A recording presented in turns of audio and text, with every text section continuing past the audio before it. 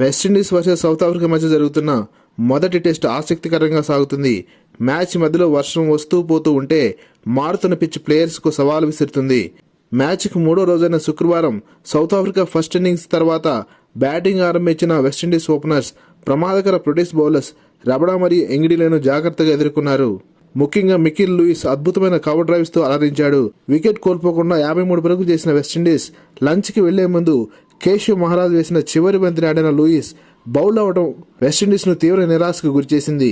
మరో ఓపెనర్ బ్రాత్ వైట్ 35 పరుగులు చేసి లేని రన్ కోసం పరిగెత్తి వియాన్ మల్లర్ వేసిన అద్భుతమైన డైరెక్ట్ త్రోకు రన్అట్ అయ్యాడు. క్లాసికల్ బ్యాటింగ్ తో అదరగొడుతున్న ఫస్ట్ డౌన్ బ్యాటర్ కియాసి కార్టీ 42 పరుగులు చేసి మహారాజ్ వేసిన సూపర్ డెలివరీకు ఎల్బిడబ్ల్యూగా వెనుతిరిగాడు. కేశవ్ మహారాజ్ అదే ఊపులో అలీక్ అదనాజ్ ను స్లిప్ లో క్యాచ్ ద్వారా వెస్టిండీస్ కు కళ్ళం వేశాడు. మూడో రోజు ఆట ముగిసే సమయానికి వెస్టిండీస్ 4 వికెట్ల నష్టానికి 145 పరుగులు చేయగలిగింది.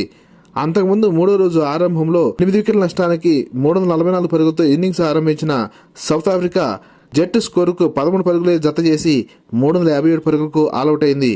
వెస్టిండీస్ బౌలర్ జోమెల్ వారిక్ ఖాన్ 4 వికెట్లు ఇచ్చి రాణించాడు. 212 పరుగులు వెనకంజతో ఉన్న వెస్టిండీస్ సౌత్ ఆఫ్రికాతో పోరాడుతుంది.